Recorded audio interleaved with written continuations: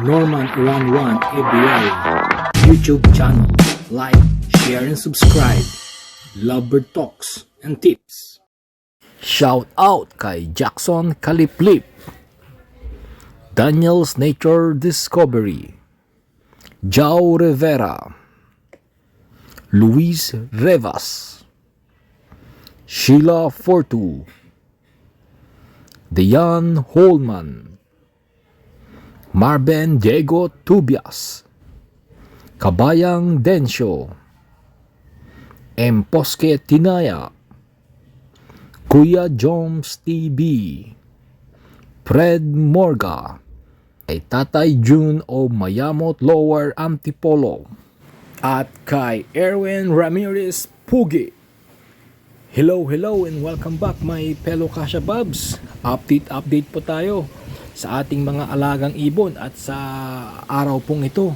Yung bagyong Christine po mga Kasha Bobs, pumasok na po sa bansa po nating Pilipinas at kung nakikita nyo po, masyado pong malawak yung sakop ng makulimlim na ulap po mga Kasha Bobs, pati yung mga puno, mga nyug, mga puno mga Kasha Bobs, talagang malakas pong hangin ang bumabayo sa kanila. Bali paparating pa lang po dito yung bagyong si Christine, kaso talagang ayan na po, wala pa pong ulan yan, hangin lang po yan mga Kasha Bobs. At bukas po October 24 yung dating niya po sa Isabela mga Kasha Bobs. At sa ating mga alagang ibon, kailangan din po natin silang i-check nang sa ganun makita po natin yung kanilang mga kondisyon, kung safe po ba yung kanilang area po, kung may tumutulo po bang butas, at kung mababasa po ba yung kanilang mga nest box.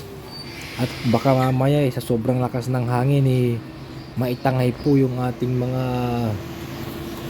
bubong ng mga alagang ibon mga Kasha Bobs, dahil nasubukan ko na rin po yun mga nagdambagyo.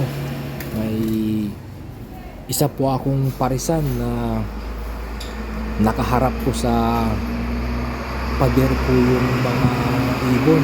Doon po dumaan yung malakas na ulan. At yun, may kasama pong ipo-ipo po yun mga Kasha Bobs. At yun, nabasa po yung mga alaga kong ibon. At kahit na pumunta po sila sa kanilang nest box, pati yung nest box nila, inabot pa rin po ng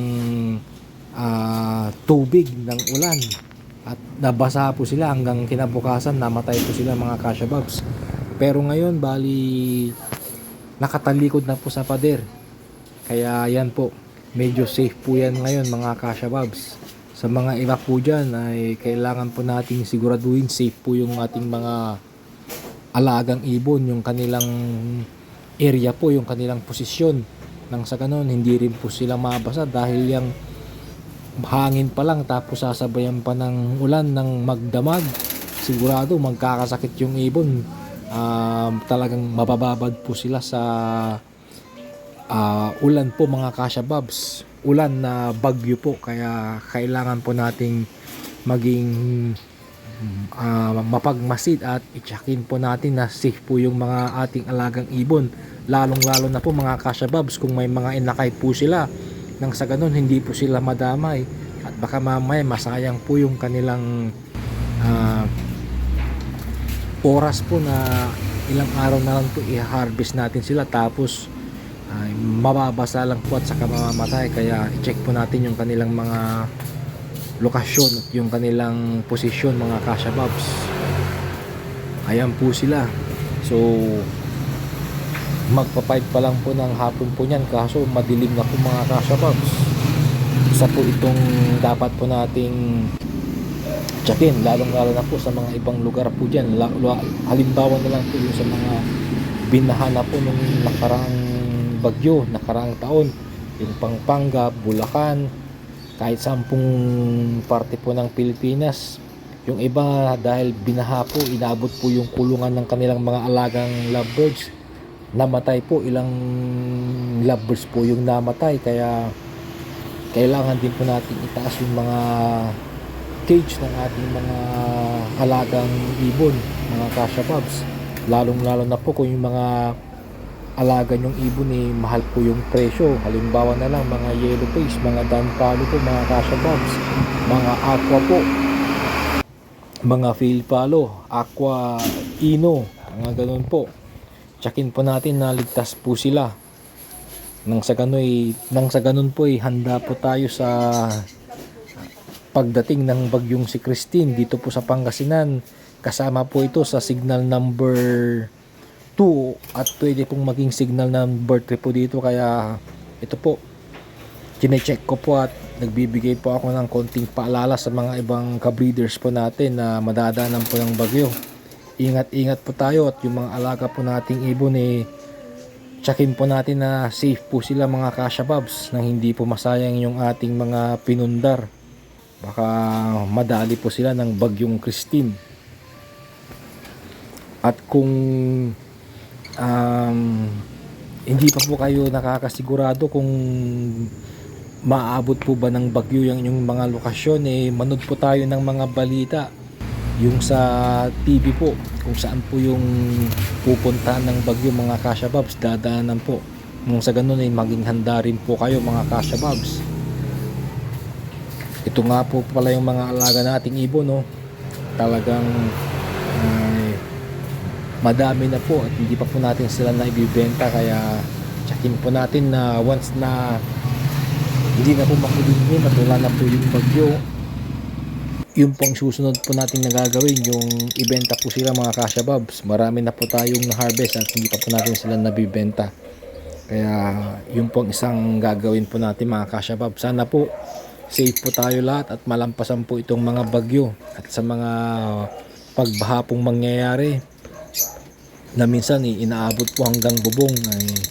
Talagang ingat po tayo. Kung alam po nating binabahan na po yung ating mga lugar, lumikas na po muna tayo, pumunta po tayo kung saan po ang sinasabi ng ating mga otoridad, mga mayor, mga kapulisan po na pwedeng puntahan na evacuation center po, mga Kasha Bobs. Lalong lalo na po sa mga mabababang low-lying area po, mga Kasha Bobs. At sa mga alaga nating hayop, ganun din po, ilikas na rin po natin sila. Dahil po sa ibang parte po ng Pilipinas, halimbawa na lang po yung Camarines Sur, talagang matindi po yung buhos ng ulan at medyo may baha na rin po doon.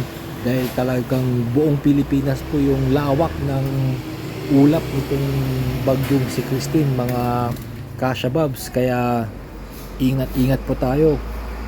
Lalong-lalo na po sa mga taga-norte po, yung dadaanan po ng bagyo sa Isabela po, mga Kasha Bobs, at sa ibang karatig na bayan po. Mag-ingat po tayo, mga Kasha Bobs, at maging safe po tayo. Samahan na rin po natin ng dasal, nang sa ganun alam po natin na tanging Diyos lang po ang makakatulong sa atin sa oras ng kagipitan. Wala na pong iba. Kaya hanggang dito na lang po yung vlog ko, mga Kasha Bobs. Ingat-ingat lagi. At kung nagustuhan mo ang video kong ito, pa-thumbs up. At kung hindi man, pa-thumbs up pa rin, mga Kasha Bob. Huwag kalimutang pa-subscribe, pa-like, pa-share. At ulit, maraming salamat po.